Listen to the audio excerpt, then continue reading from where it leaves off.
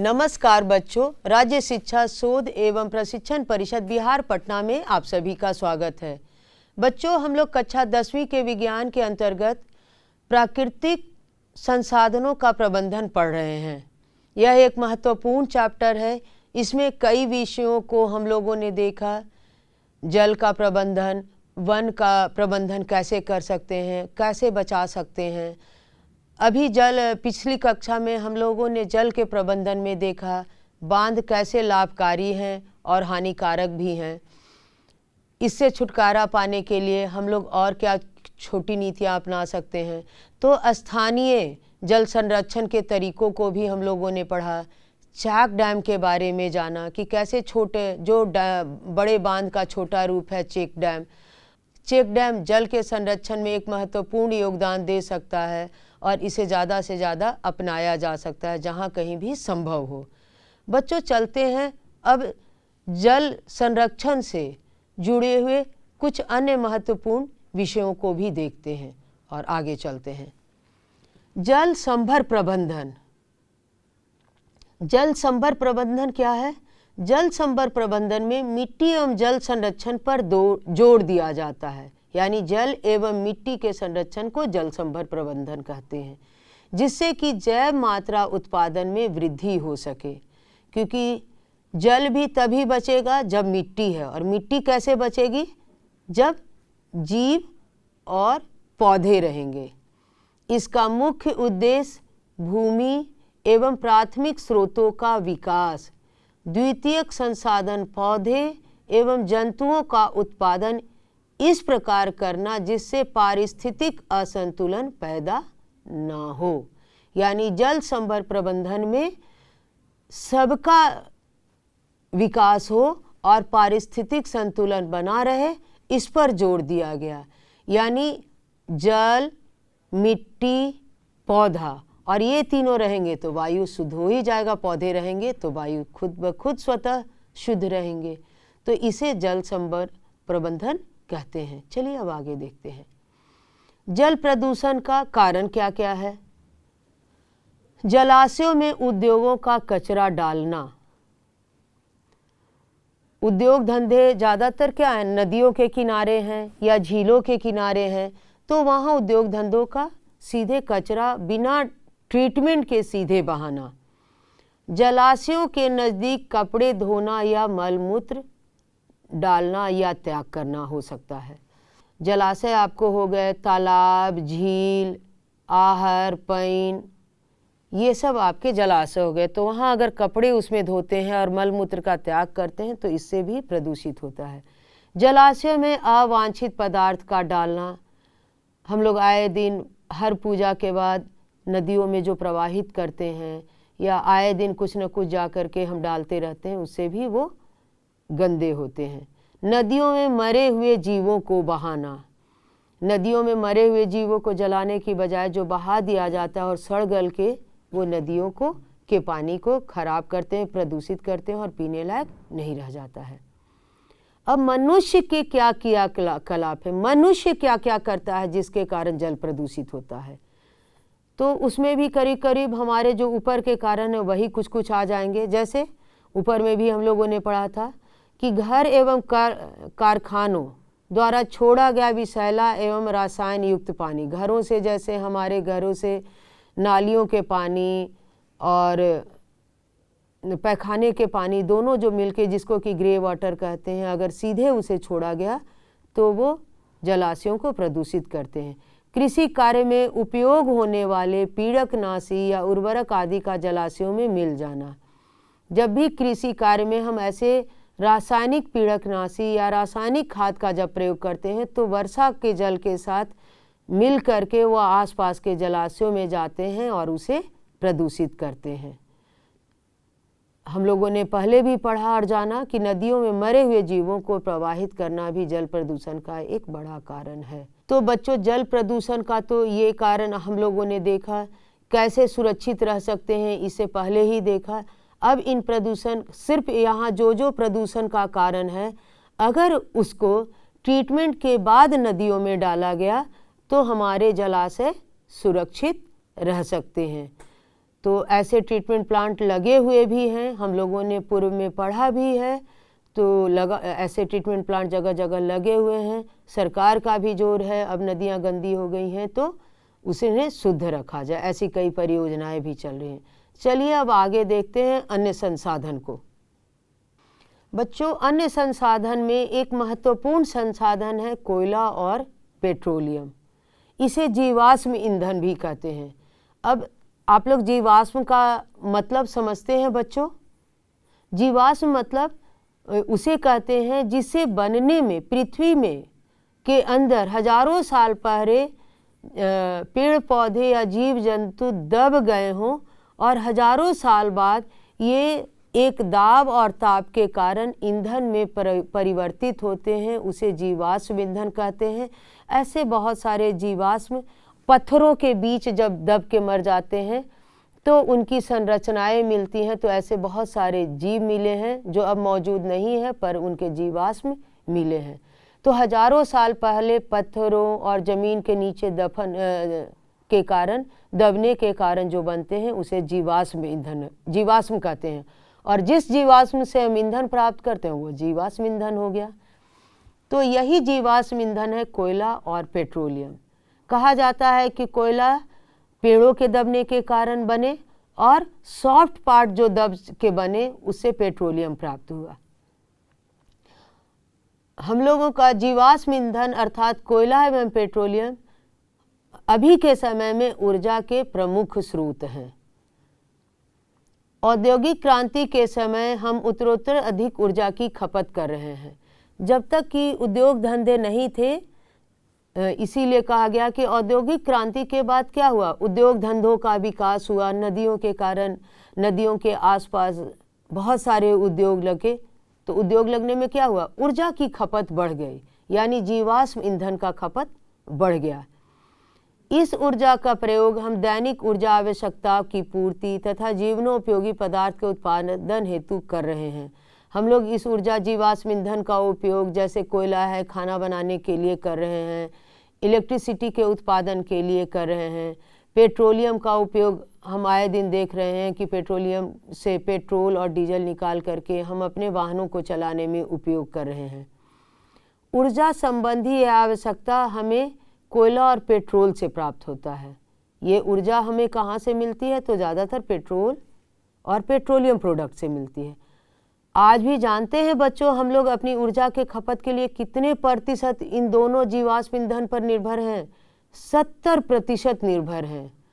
आज भी हम अपनी ऊर्जा खपत का 70% हिस्सा कोयला और पेट्रोलियम पर निर्भर हैं, यानी इस पे ही डिपेंड करते हैं।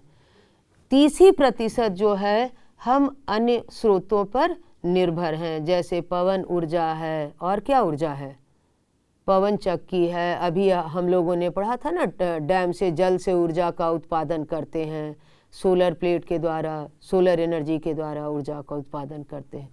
तो ये सब अभी 30% के ही अंतर्गत आते हैं। 70% अभी भी हम लोग कोयला और पेट्रोलियम पर निर्भर करते हैं। आगे अब बढ़ते हैं बच्चों। कोयला और पेट्रोलियम का हमने बताया भी कि कोयला और पेट्रोलियम जीवाश्म ईंधन है। और ये क्या है, रिन्यूएबल एनर्जी है कि नॉन रिन्यूएबल एनर्जी है? ये फिर से बनाया जा सकता है, रिन्यूएबल तो है, पर ये से कह सकते रिन्यूएबल तो नहीं आएगा, नॉन रिन्यूएबल एनर्जी है, क्योंकि ये काफ़ी समय, हजारों साल अगर आज के समय में भी दबेंगे पेड़ पौधे और जीव जंतु तो हजारों साल बाद मिलेंगे, और वैसा संभव नहीं है। तो इसलिए आने वाले दिनों में ये ऊर्जा ख़त्म होने के कगार पे है। ऐसा माना जा रहा है कि 100-150 सालों में ये ऊर्जा समाप्त हो जाएगी। तो इसलिए इसका संरक्षण आवश्यक है। अब इसका संरक्षण हम लोग कैसे करेंगे? तो पहला है कि जैव मात्रा के ये अपघटन, पेट्रोलियम एवं कोयला लाखों वर्ष पूर्व जीवों की जैव मात्रा के अपघटन से प्राप्त होते हैं। अतः चाहे हम जितनी भी सावधानी से इनका उपयोग करें, फिर भी यह स्रोत भविष्य में समाप्त हो जाएंगे। अतः तब हमें ऊर्जा के विकल्पी स्रोतों की खोज करने की आवश्यकता होगी। तो हमें ऊर्जा के वैकल्पिक स्रोत खोजने ही होंगे। और सरकार ही नहीं, कह सकते हैं भारत ही नहीं, पूरा विश्व ही वैकल्पिक खोज में लगा भी हुआ है और धीरे धीरे हम वैकल्पिक खोज की ओर मुड़ भी रहे हैं। जैसे सबसे फ्री में है हमारे पास सोलर एनर्जी, जिसका पौधे सिर्फ 1% हम लोगों ने पढ़ा है कि सनलाइट को केमिकल एनर्जी में कन्वर्ट करता है, 1% ही पौधे एब्जॉर्ब करते हैं, यानी 99% सोलर एनर्जी लौट कर चली जाती है। तो एक बड़ा स्रोत है। इस ऊर्जा का अगर पूरा विश्व जितना ज़्यादा उपयोग करेगा उतना ही ज़्यादा हम लोग जीवाश्म ईंधन को बचा पाएंगे, सुरक्षित रह पाएंगे। दूसरा अल्टरनेट एनर्जी के रूप में है, ये कहीं कहीं उपयोग हो सकता है, जैसे पवन चक्की के द्वारा ऊर्जा उत्पन्न की जा रही है, पानी के द्वारा ऊर्जा उत्पन्न की जा रही है। तो ऐसे वैकल्पिक स्रोतों को ढूंढना होगा और उसका ज़्यादा से ज़्यादा उपयोग जो कम है उसे और द्विगुणित और चारगुनी करनी होगी। जीवाश्मी ईंधन एक तो बच्चों ख़त्म होने के कगार पे हैं ही, साथ साथ इनके उपयोग से होने वाली हानियाँ भी हैं। तो हानियों को देखते हुए भी इनका उपयोग कम करना पड़ेगा। चलिए देखते हैं कि इनसे हानि क्या क्या है। तो सबसे पहला है वायु प्रदूषण। कोयला एवं पेट्रोलियम जैव मात्रा से बने हुए हैं। जैव मात्रा यानी कार्बन, जिनमें कार्बन के अतिरिक्त और क्या रहता है, हाइड्रोजन, नाइट्रोजन, सल्फर भी होते हैं। जब इन्हें जलाया जाता है तो कार्बन डाइऑक्साइड, जल, नाइट्रोजन के ऑक्साइड तथा सल्फर के ऑक्साइड बनते हैं। कार्बन डाइऑक्साइड की मात्रा बढ़ने से डे बाय डे परेशानी बढ़ रही है। पृथ्वी का तापमान लगातार बढ़ रहा है, साथ साथ वातावरण में कार्बन डाइऑक्साइड की मात्रा अधिक होने से ऑक्सीजन की मात्रा घट रही है, तो श्वसन की समस्याएं हो रही है। तो जीवाश्म ईंधन के जलने से और खपत से ये परेशानियां आ रही हैं। और आगे देखते हैं क्या क्या हानियां हैं। दूसरा है बीमारियां। जीवाश्म ईंधन अगर कम वायु में, अपर्याप्त वायु में, ऑक्सीजन में जलाने पर कार्बन डाइऑक्साइड के स्थान पर क्या बनता है, कार्बन मोनोऑक्साइड बनते हैं। और कार्बन मोनोऑक्साइड कई गुना हानिकारक है कार्बन डाइऑक्साइड की तुलना में। इन उत्पादों में से नाइट्रोजन एवं सल्फर के ऑक्साइड तथा कार्बन मोनोऑक्साइड क्या हैं, ये विषैली गैसें हैं, जिससे कई प्रकार की श्वसन संबंधी समस्याएं उत्पन्न होती हैं, जैसे खांसी, दमा और अन्य फेफड़े की बीमारियां होती हैं। तो ऐसी कई बीमारियां इनके जलने से होती है। तीसरा जो सबसे महत्वपूर्ण है, वैश्विक उष्मन, जिसको कि हम लोग ग्लोबल वार्मिंग के नाम से भी जानते हैं। तो ये जीवाश्म ईंधन से क्या चल रहा है, हमारी गाड़ियां चल रही हैं। डे बाय डे ये गाड़ियां रोड पे आप देख ही पा रहे हैं कि इसकी संख्या बढ़ती जा रही है। एक घर में जहां एक गाड़ी होती थी आज कई गाड़ियां हैं। तो जितनी ज़्यादा ये भी जीवाश्म ईंधन जलेंगे उतना ही ज़्यादा कार्बन डाइऑक्साइड वातावरण में बढ़ेगा, और कार्बन डाइऑक्साइड की मात्रा बढ़ेगी तो वैश्विक उष्मन यानी ग्लोबल वार्मिंग होगी ही होगी। तो चलिए देखते हैं वैश्विक उष्मन क्या है। कोयला एवं पेट्रोलियम पर विचार करने का एक अन्य दृष्टिकोण यह भी है कि ये कार्बन के विशाल भंडार हैं।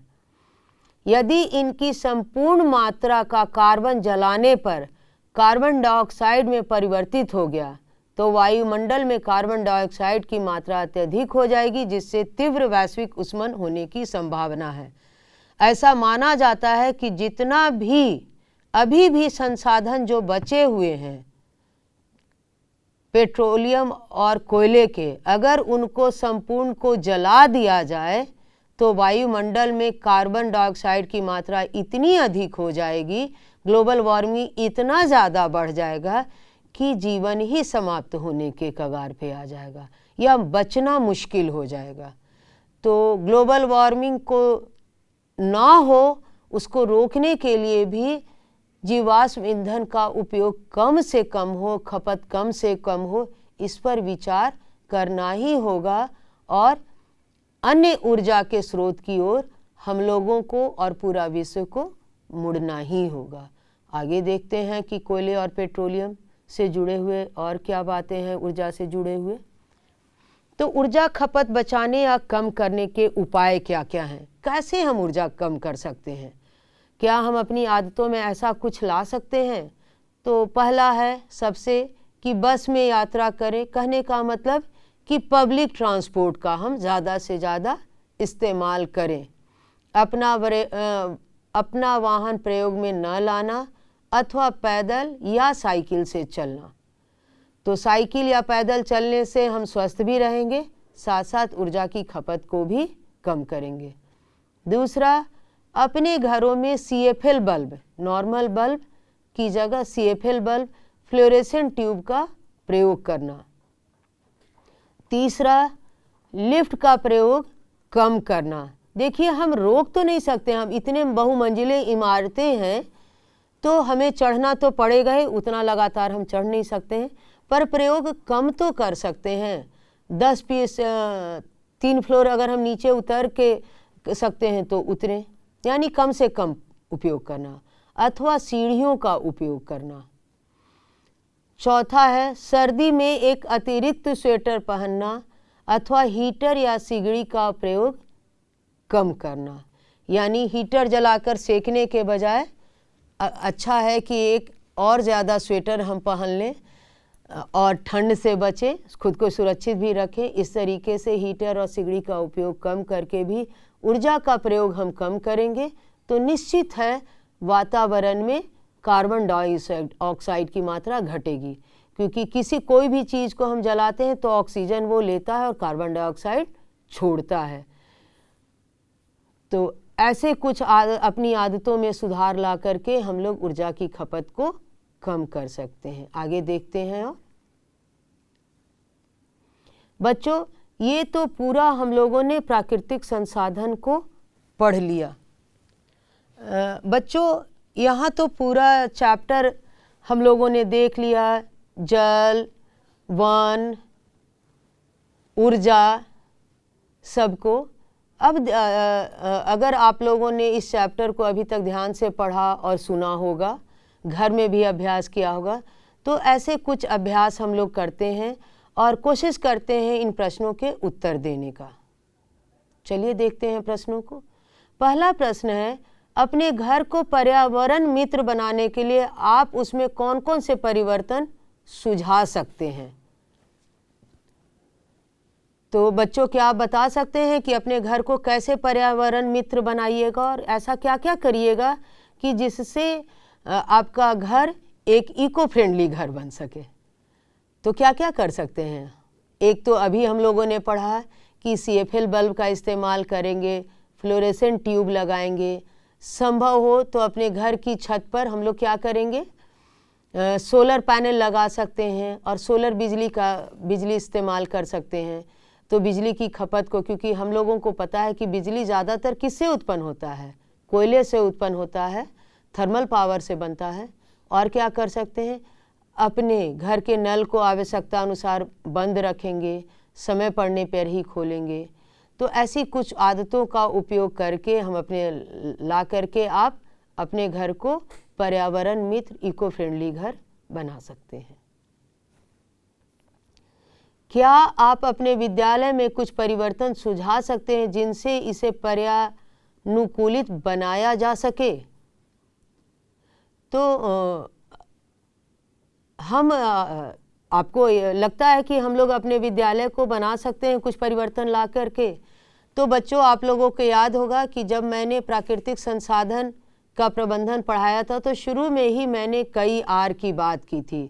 तो 3R या 5R का उपयोग करके हम लोग अपने विद्यालय को पर्यावरण युक्त बना सकते हैं, इको फ्रेंडली विद्यालय भी बना सकते हैं। विद्यालय से निकलने वाले वेस्ट मटेरियल जैसे टूटे हुए बेंच, इन सब से भी बहुत कुछ बना करके हम लोग पढ़ने की भी सामग्री तैयार कर सकते हैं, TLM बना सकते हैं। तो विद्यालय के निकलने वाले ऐसे वेस्ट मटेरियल से हम लोग जीवनोपयोगी तो सामान बना ही सकते हैं, अपनी पढ़ाई को भी बेहतर कर सकते हैं। तो 3R के या 5R के उपयोग से हम लोग अपने विद्यालय को पर्यावरण युक्त विद्यालय बना सकते हैं। इस अध्याय में हमने देखा कि जब हम वन एवं वन्य जंतुओं की बात करते हैं तो 4 मुख्य दावेदार सामने आते हैं। इनमें से किसे वन उत्पाद प्रबंधन हेतु निर्णय लेने के अधिकार दिए जा सकते हैं, और आप ऐसा क्यों सोचते हैं? इस अध्याय में 4 मुख्य दावेदार हम लोगों ने देखा। स्थानीय लोग, सरकार एवं वन विभाग, तीसरा और क्या था, जिनका व्यवसाय उन पे निर्भर है, और चौथा था पर्यावरण प्रेमी। बच्चों, मैं समझती हूँ कि इन 4 लोगों की भूमिका अलग अलग और महत्वपूर्ण है। तो ये चारों समुदाय, ये चारों वर्ग अगर मिल करके एक दूसरे से जुड़ करके काम करें तो वन को सुरक्षित रखा जा सकता है। और इसका हम लोगों ने वन सुरक्षा के एग्जाम्पल में भी देखा था कि A.K. बनर्जी ने स्थानीय लोगों के साथ मिलकर काम किया तो वन संरक्षित भी हुआ और मृत से वो वन जीवित हुआ। तो इन चारों को मिलकर के, चारों दावेदार हैं, इनको मिलकर के कार्य करने की आवश्यकता है। अब आगे बढ़ते हैं, अगले प्रश्न को देखते हैं। अगला प्रश्न है बच्चों, अकेले व्यक्ति के रूप में आप निम्न के प्रबंधन में क्या योगदान दे सकते हैं? अब यहाँ कह रहा आप क्या कर सकते हैं। समुदाय तो जो कर रहा है कर ही रहा है, या सरकार जो कर रही है। तो वन एवं वन्य जंतु के लिए आप क्या कर सकते हैं? अब इसमें से पहला है कि वन एवं वन्य जंतु के लिए कैसे कार्य करेंगे। तो कागज़ का उपयोग कम से कम करेंगे, पेंसिल कम से कम खपत करेंगे, आसानी से उसको बर्बाद करेंगे, कागज़ को फाड़ करके नहीं फेंकेंगे। अगर प्रैक्टिस अभ्यास करना है तो स्लेट का, अगर ऐसे का उपयोग है जिसे बार बार मिटा करके हम उपयोग कर सकते हैं अभ्यास के लिए, उस चीज़ का करेंगे। वन के लिए और जानवरों के लिए जो सरकार के द्वारा नियम बनाए गए हैं उस नियमों का पालन करेंगे। तो ऐसे कुछ आदतें उपयोग में लाएंगे तो वन एवं वन्य जंतुओं का संरक्षण कर सकते हैं। अब आता है जल संसाधन।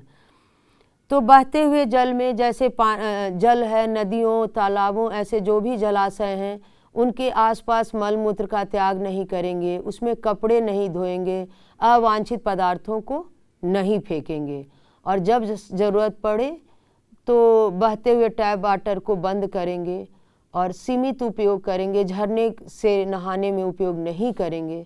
तो ऐसी छोटी छोटी आदतों को अपनी आदत में शामिल करके जल संसाधन को बचाने में मदद कर सकते हैं और प्रबंधन कर सकते हैं। कोयला एवं पेट्रोलियम। तो कोयला एवं पेट्रोलियम के लिए क्योंकि कोयला का उपयोग इलेक्ट्रिसिटी के भी उत्पादन में किया जाता है, तो कम से कम बिजली की जब ज़रूरत नहीं होगी तो लाइट को स्विच ऑफ कर देंगे। खाना बनाने में जैसे हम लोग गैस का भी, जीवाश्म ईंधन का भी इस्तेमाल करते हैं, तो बार बार खाना को गर्म करने या एक एक चीज़ को बनाने में नहीं इस्तेमाल करेंगे, एक ही साथ बनाएंगे। पेट्रोलियम पदार्थ को हम लोग रोक सकते हैं कि सामूहिक वाहन का इस्तेमाल करेंगे, जहाँ ज़रूरत हो वहाँ पैदल चलेंगे। तो ऐसी कुछ आदतों को अपने आप में शामिल करेंगे तो कोयले और पेट्रोलियम का प्रबंधन कर सकते हैं। 5वां प्रश्न है, अकेले व्यक्ति के रूप में आप विभिन्न प्राकृतिक उत्पादों की खपत कम करने के लिए क्या क्या कर सकते हैं? तो क्या क्या कर सकते हैं बच्चों, आप सोचिए। तो सबसे पहले अनावश्यक पंखे या बिजली के उपकरण को बंद कर देंगे, लिफ्ट की जगह सीढ़ियों से चढ़ेंगे, बल्ब की जगह CFL बल्ब का इस्तेमाल करेंगे, टपकते हुए नल की मरम्मत कराकर सही कर सकते हैं, रेड लाइट पर वाहनों को बंद करके। तो ऐसी जगहों पे ये पेट्रोलियम में भी आएगा और यहाँ भी ये आंसर होगा। यानी अपनी छोटी छोटी आदतों में इन सब चीज़ों को हैबिट में ले आएंगे तो एक बड़ा परिवर्तन होगा। 6ठा प्रश्न है, निम्न से संबंधित ऐसे 5 कार्य लिखिए जो आपने पिछले 1 सप्ताह में किए हैं। ये देखिए बच्चों, बड़ा महत्वपूर्ण क्वेश्चन है और ये आपके आदत से जुड़ा हुआ सवाल क्या है, पिछले 1 सप्ताह में। अगर पिछले 1 सप्ताह में आपने एक कार्य किए हैं तो कहने का मतलब कि आपकी आदत में शामिल है। तो क्या है कि आपने प्राकृतिक संसाधनों का संरक्षण, तो विद्यालय जाने के लिए हमने साइकिल का प्रयोग किया। कागज का तथा लिफाफा को दोबारा प्रयोग किया। अब जैसे दोबारा प्रयोग लिफाफे को कैसे कर सकते हैं, तो लिफाफे को पलट करके सिर्फ हम चिपका देंगे, क्योंकि ऊपर में नाम लिखा होता है, उसको पलट करके चिपका देंगे तो हम दोबारा इस्तेमाल कर सकते हैं। प्लास्टिक की थैली के जगह घर के बने थैले या जूट के थैले का इस्तेमाल, और अपने विद्यालय या अपने आसपास वृक्ष लगा के। दूसरा है, आपने प्राकृतिक संसाधनों पर दबाव को और बढ़ाया है। अब बढ़ाया कैसे, यानी अब गर्मी का सीजन है तो ज़्यादा से ज़्यादा हीटर को जलाना, और क्या किया, अनावश्यक रूप से चल रहे बल्ब और पंखे को बंद नहीं किया। क्लासरूम से बाहर निकले तो पंखे और बल्ब को वैसे ही जलता हुआ छोड़कर चल दिए, जो अक्सर बच्चों के आपकी आदत। तो ऐसे जब आदत आप अपने आदत में शामिल करते हैं तो प्राकृतिक संसाधनों के संरक्षण में मदद नहीं करते हैं, जबकि आप दबाव बनाते हैं। तो आपकी अच्छी आदतों की भी चर्चा हुई इसी सवाल में, और आपकी बुरे आदतों की भी चर्चा हुई। अब किसे अपनाना है ये आपको तय करना पड़ेगा। बढ़ते हैं अगले सवाल की ओर। 7वां प्रश्न है बच्चों, देखिए, इस अध्याय में उठाई गई समस्याओं के आधार पर आपने अपनी जीवन शैली में क्या परिवर्तन लाना चाहेंगे, जिससे हमारे संसाधनों के संपोषण को प्रोत्साहन मिल सके। तो फिर वही है 3R या 5R को अपने ज़िंदगी में अपनाना। CFL बल्ब, CNG का ज़्यादा से ज़्यादा उपयोग, वाहन का कम से कम उपयोग, जानवरों की खाल, हड्डी या उनके दांतों से, हड्डी से बने हुए ऐसे सामानों का कम से कम उपयोग में लाना, क्योंकि जानवरों को अगर हम नष्ट करते हैं तो जैव विविधता नष्ट होती है। तो ऐसी कुछ आदतों को अगर हम शामिल कर लेंगे अपनी आदतों में तो हम संसाधन को सुरक्षित रख सकते हैं। तो बच्चों, ये कुछ प्रश्न थे, इतने ही प्रश्न नहीं, ऐसे बहुत सारे प्रश्न बन सकते हैं।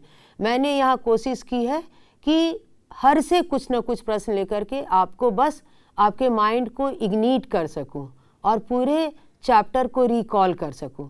आप ऐसे बहुत सारे छोटे बड़े वस्तुनिष्ठ प्रश्न तैयार करें और उसे हल करें। ज़रूरी नहीं हो कि हर प्रश्न को लिखित ही हल करें, आप ओरल प्रैक्टिस भी कर सकते हैं। ओरल प्रैक्टिस से फ़ायदा ये होगा बच्चों कि आप कागज़ को बचाएंगे और साथ साथ आपका स्पीकिंग बेहतर होगा। कुछ प्रश्नों के रिटन प्रैक्टिस कीजिए, जैसा कि मैं पहले भी कहती आई हूँ, और कुछ प्रश्नों के ओरल प्रैक्टिस कीजिए। तो ऑब्जेक्टिव वस्तुनिष्ठ के ओरल प्रैक्टिस कीजिए, दीर्घ उत्तरीय और छोटे प्रश्नों के लिखित अभ्यास कीजिए। दोनों तरह के अभ्यास करते रहिए और इस तरह से अपने पाठ को याद करते रहिए। बच्चों, फिर मिलते हैं अगले दिन अगले पाठ के साथ। तब तक के लिए धन्यवाद।